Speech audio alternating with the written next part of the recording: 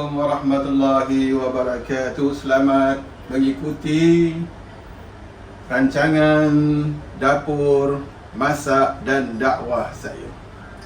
InsyaAllah pada kesempatan kali ini akan saya kongsikan satu lagi masakan. Masakan ni sebenarnya merupakan masakan yang biasa, ramai yang selalu makan. Setiap kali kalau kita pergi ke restoran seafood, pasti kita akan meminta ataupun kita akan memesan masakan ini. Masakan yang dimaksudkan adalah masakan tom yum. Dan memang tom yum ni ada macam-macam tom yum. Ada tom yum seafood, ada tom yum chicken. Jadi apa yang ingin saya kongsikan pada hari ini adalah masakan tom yum gung. Apa pula ini tom yum gung ni? Okey, perkataan atau masakan tom yum yang semua pun tahu ia adalah masakan Thailand. Masakan orang Thai. Jadi tom yum maknanya adalah sup. Tom yum tu sup.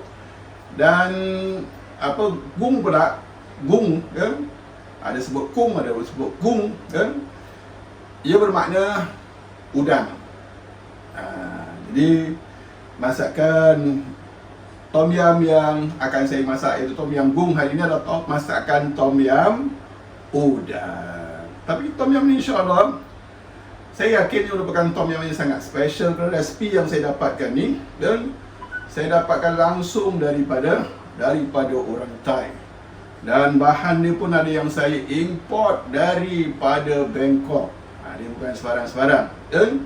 Jadi insyaAllah untuk memasak tom yum gung ini bahan-bahan yang ingin saya tunjukkan. Yang pertama sekali, kita perlukan udang, sotong, isi ikan. Kita boleh pakai ikan merah, boleh pakai ikan ikan ini tak apalah. Kemudian sedikit isi ayam. Dan bahan-bahan daripada tumbuhannya, ini mesti nak ada serai. Lebih kurang 4 batang yang telah saya iris-iris. Kemudian daun limau pun juga mesti merupakan antara bahan wajibnya. Kemudian sedikit lengkuas, sedikit bagi tengok siapa yang suka pedas. Selalunya tom yum ni orang makan pedas. Bagi saya cuba letakkan 3 batang saja. Kemudian cendawan, mushroom. Mushroomnya begini. Dan sedikit lengkuas dan daun ketumbar. Ini untuk masakan yang resepi saya ni diletak daun ketumbar. Dan kemudian ada pun bawang besar tak banyak, dia pakai separuh saja, setengah biji, sebab dalam sambal. Ini sambal wajibnya. Jadi kalau bagi siapa yang dekat Singapura ni, kita boleh pergi dekat supermarket, kita cari Thai chili paste. Kita cari Thai chili paste. Kalau saya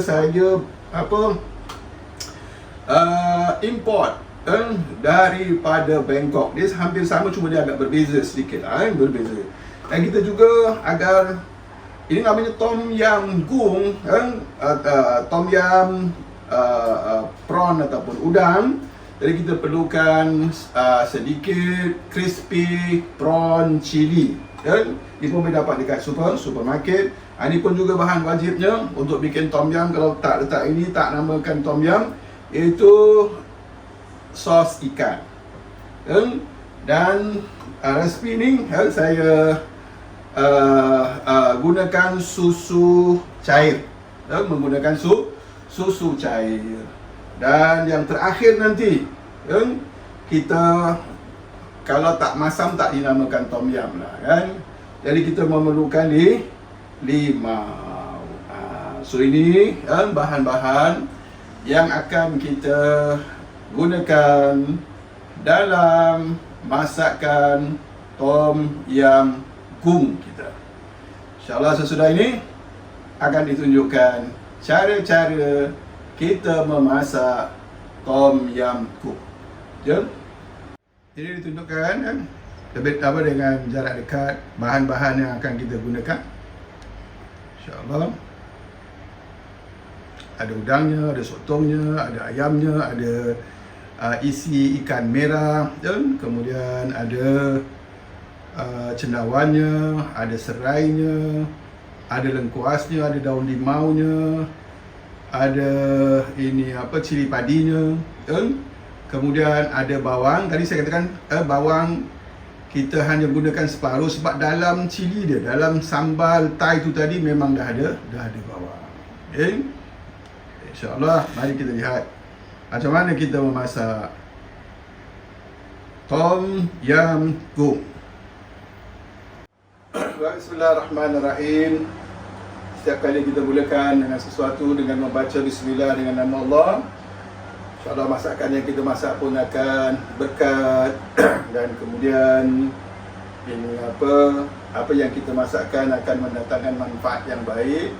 Kalau kita masih ingat lagi dalam posting yang lain yang sebelum ini telah saya terangkan manfaat setiap kali bila mana kita nak masak ke, kita nak makan ke, kita nak minum ke, paling tidak pun kita baca Bismillah.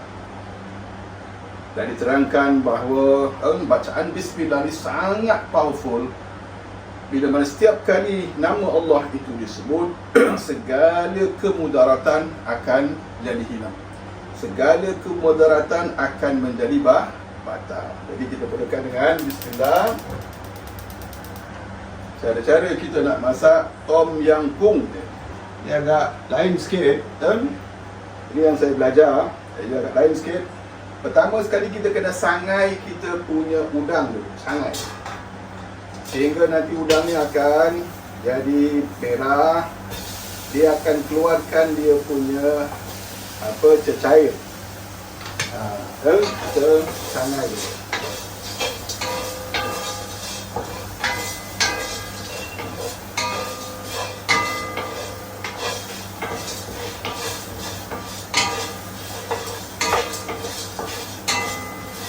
Ini sangai berarti maksudnya dia tak ada minyak, tak ada minyak, tak ada air, tak ada apa. Kita buat macam ini ni untuk dikeluarkan cecair di dalam ini pada udang kita. Kita pernah rasa dia bau bau macam udang kena bakar tu.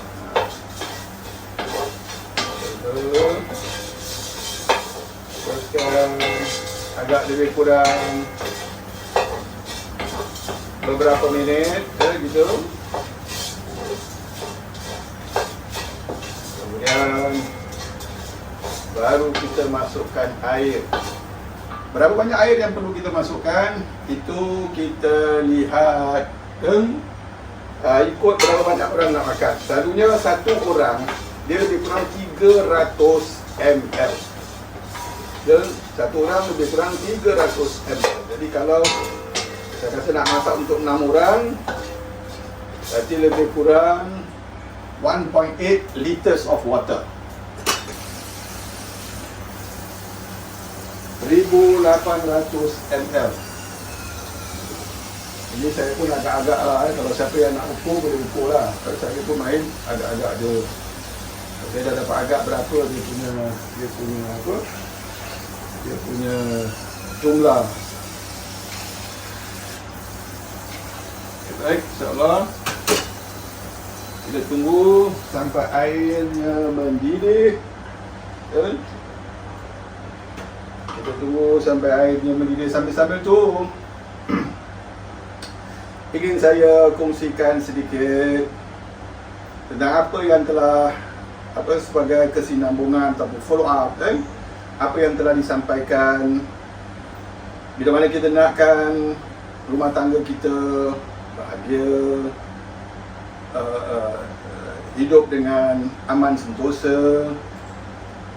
Formulanya atau kuncinya adalah Islam. Amalkan Islam. Islam maknanya selamat. Kalau kita mengamalkan ajaran Islam dalam ahli keluarga kita, berarti keluarga kita akan selamat. Selamat dari segala masalah.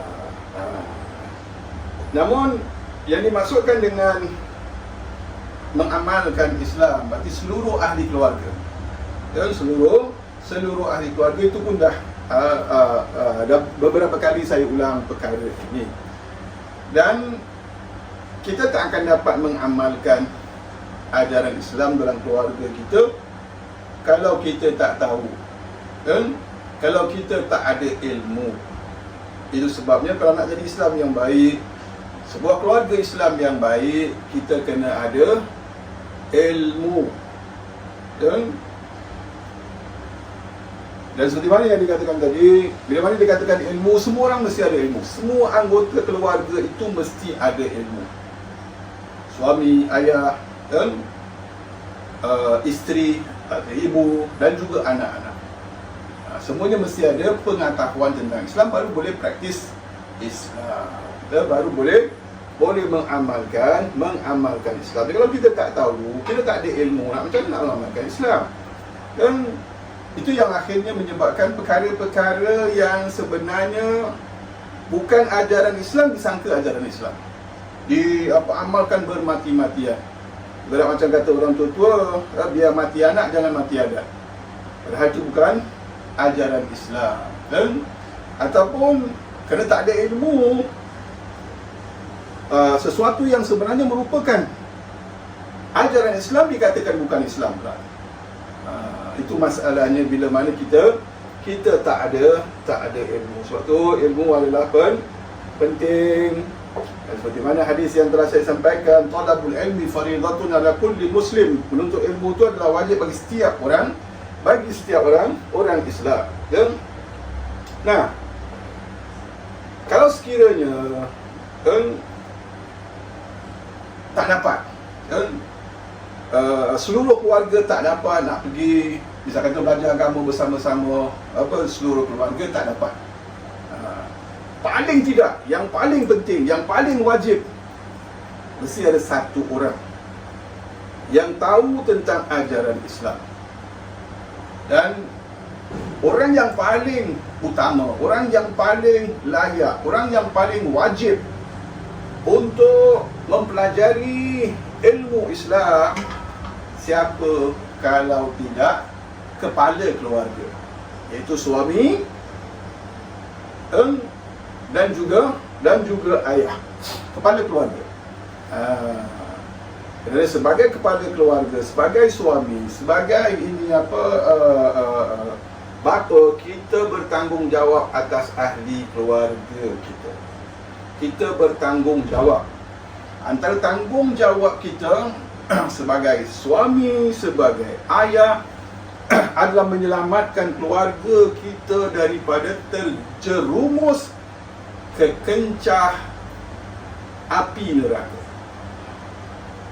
Siapa orang yang akan masuk neraka? Orang yang melakukan perbuatan dosa, orang yang melakukan kemungkaran, orang yang melakukan kejahatan. Itu orang yang akan dihumbankan ke dalam neraka. Jadi kalau ahli keluarga kita tidak mengetahui ajaran Islam, sebaliknya melakukan perkara-perkara yang bertentangan, perkara-perkara yang dosa, perkara-perkara yang mungkar, jadi sudah tentulah tak ada jalan melainkan mereka akan dihumbankan ke dalam neraka. Namun kata Allah di dalam kitabnya, ditujukan kepada para suami dan juga para bapa, kepala keluarga. Kata Allah di dalam Al-Quran, a'udzubillahi minasyaitonirrajim, qu anfusakum wa ahlikum nara. Peliharalah diri kamu dan juga ahli keluarga kamu daripada api neraka.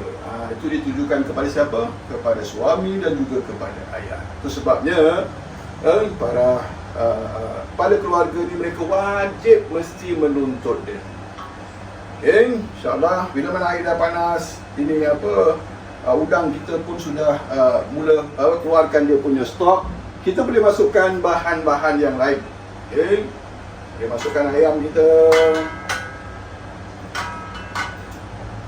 Sebenarnya masakan tom yum ni masakan campak-campak. Dia tak ada tumis, tak ada apa, semua tak ada. Ya?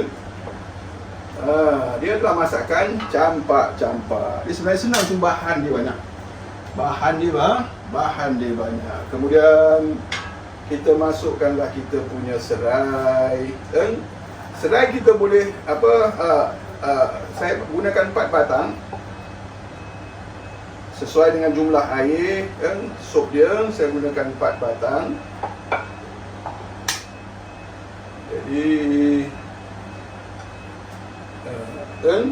kemudian kita masukkan kita punya lengkuas. Mana masuk dulu, mana masuk kemudian tak ada masalah sebenarnya. Masukkan cili padi kita. Kemudian dimasukkan cendawan kita. Sekali lagi, untuk masak campak-campak macam gini ni, mana masuk dulu, mana masuk kemudian tak ada hal. Cuma untuk masukkan daun limau ni, tu kita kena sebaiknya kita siap-siapkan sedikit. Kita siap-siapkan sedikit.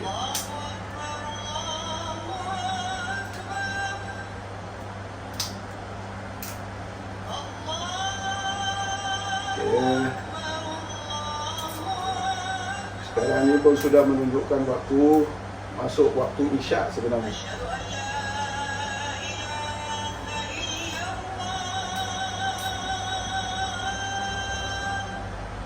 La ilaha illallah. Sambil-sambil tu kita boleh mengulang-ulangi ucapan azan. Untuk berzikir ni tak semestinya atas tika sembahyang. Kita boleh berzikir di mana-mana saja.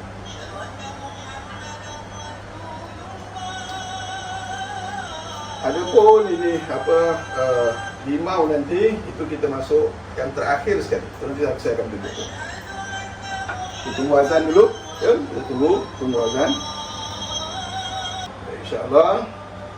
Selanjutnya kita dah masukkan semua tadi kita bahan udang, ikan, sotong, ayam, serai, lengkuas, daun limau, semua dah kita masukkan, ya. Dan kemudian kita boleh masukkan sedikit bawang kita. Saya katakan tadi bawang sebenarnya dah dekat sambal tu dah ada. Kita masuk sebagai macam penghias gitu, ya. Kita masukkan. Dan kemudian kita masukkan kita punya paste tom yum kita tadi. Okay. Kita masukkan, kita agak-agak dulu.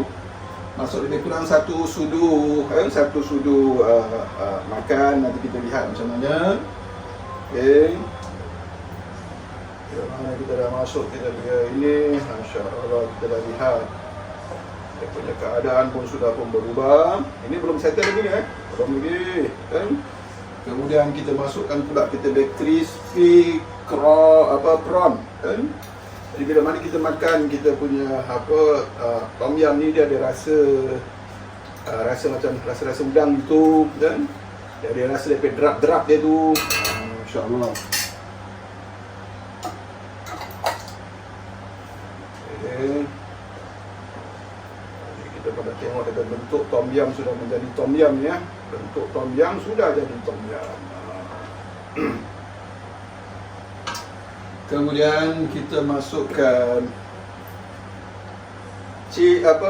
fish sauce ataupun sos ikan kita. 1, 2, 3, 4, 5. Cuba 5 dulu. Nanti kita try lagi, kita rasa. Sebab tu masakan ni saya tak letak garam.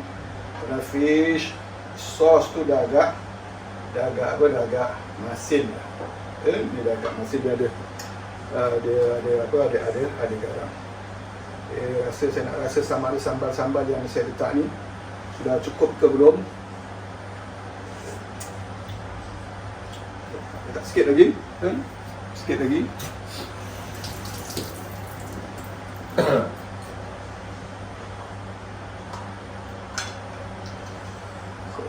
Sikit lagi. Jadi lebih kurang 2 sudu. Lebih kurang 2 sudu makan.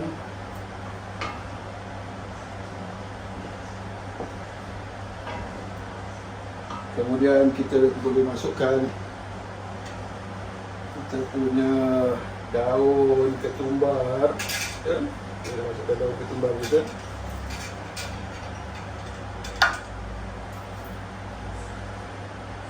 Kita nak masukkan susu pula, susu cair. Itu akan membuat kita punya tom yum kita ni jadi lemak, jadi berkrimi. Susu kita letakkan anggaran setengah tin. Ini susu sudah masuk, kita lihat lain. Okey, Masya Allah, dia dah cukup, dah cukup cantik dah kita punya tom yum. Oozing sikit lah. Ini tom yum kita ni, Masya Allah. Nampak ni?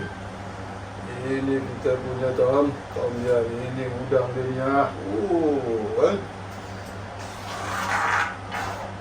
Alhamdulillah. So tentang dia punya bahagian masam dia tu, dia punya petua kita tak boleh taruh semasa ini tom yum kita sedang panas menggelegak. Sebab apa? Ada susu. Dan kalau kita letak sekarang ni, nanti akan ada separation.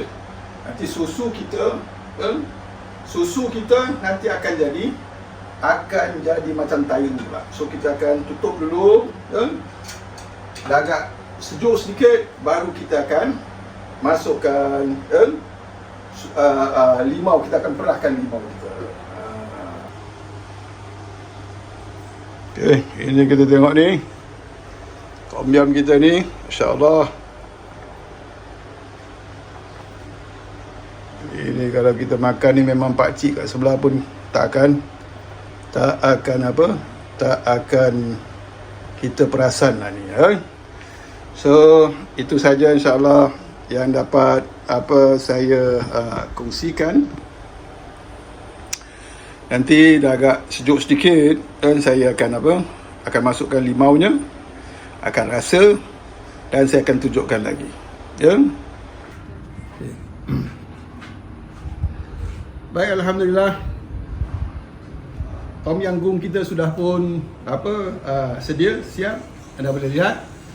So inilah antara apa yang dapat dikongsikan pada hari ini. Mudah-mudahan perkongsian pada hari ini memberi manfaat. Siapa yang suka makan tom yum tapi belum tahu masak tom yum, cubalah resepi yang telah dikongsikan. Dan sekiranya perkongsian ini bermanfaat, sama ada dari segi masakannya ataupun dari segi nasihat-nasihat agamanya, harap dapat kongsikan kepada yang lain, sharekan kepada yang lain. Dan jika anda suka dengan rancangan dapur, masak dan juga dakwah saya ini, subscribe ke channel saya dan tekan butang di bawah itu.